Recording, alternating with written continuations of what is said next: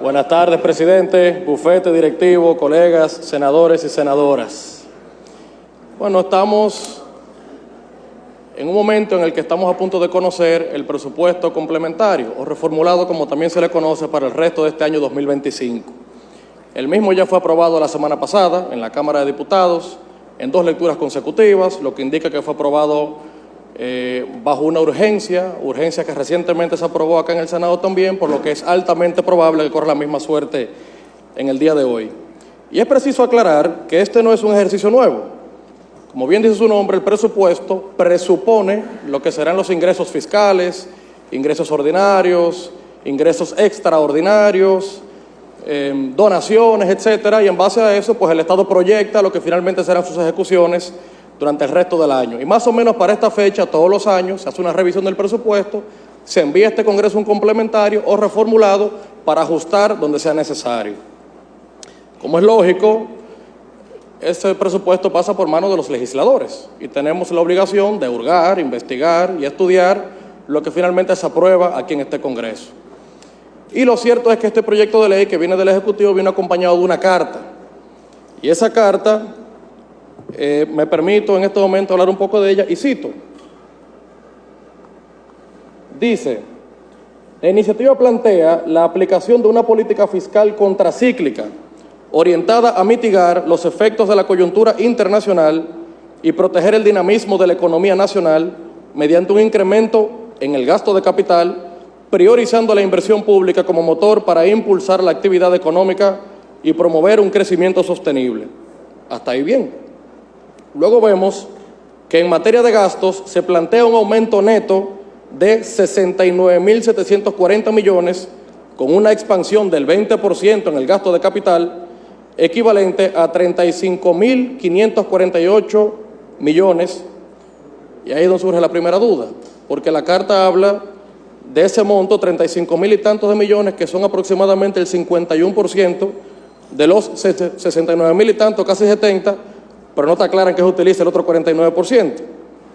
Y bueno, finalmente, luego vemos que dice, solo en la carta, que estos recursos adicionales se destinarán principalmente a proyectos del Ministerio de Obras Públicas, del Ministerio de Vivienda, de OPRED, de INAPA, del SNS, etcétera. Y finaliza la carta diciendo que como resultado se proyecta un aumento del déficit fiscal que pasará del 3% al 3,47% del Producto Interno Bruto, estimado para 2025. Sin embargo, dice la carta, este incremento será financiado principalmente con excedentes de ejercicios presupuestarios anteriores, lo que asegura que no se generen presiones adicionales sobre la deuda pública.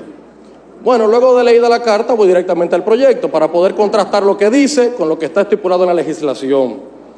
Y ahí es que se me hace como muy difícil poder vincular lo que dice la carta, lo expresado, con lo que finalmente contiene el proyecto de ley. Por ejemplo, me quedaba esa duda de que habla que será priorizado el gasto de capital y de los 70.000 millones aproximadamente, 35.000 y tantos, 51% se destinará solo a eso, pero no te dicen qué será lo otro. Bueno, cuando investigas un poco te das cuenta que 34.000 y tantos de millones de pesos, 49%, va a lo que se denomina en el presupuesto como obligaciones del Tesoro. ¿Qué son obligaciones del Tesoro?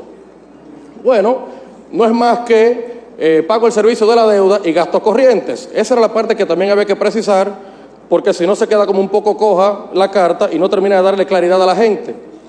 Toda vez que ese gasto, es preciso recordar que en buena medida el gasto corriente será altamente improductivo, porque hemos visto como ya en lo que va de año se han hecho aproximadamente 5 revisiones a la baja en la economía y solamente en junio crecimos apenas un 1.1%, muy por debajo de la costumbre que tiene nuestro país de crecer por encima del 5%.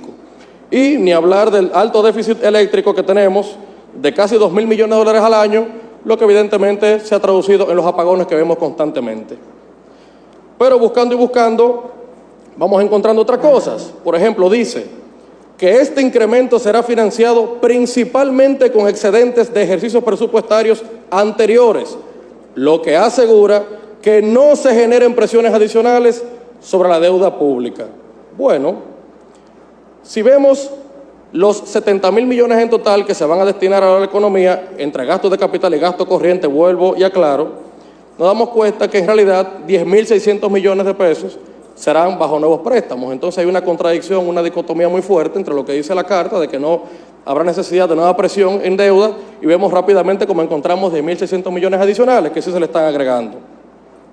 Pero también habla de este concepto de ingresos no recurrentes.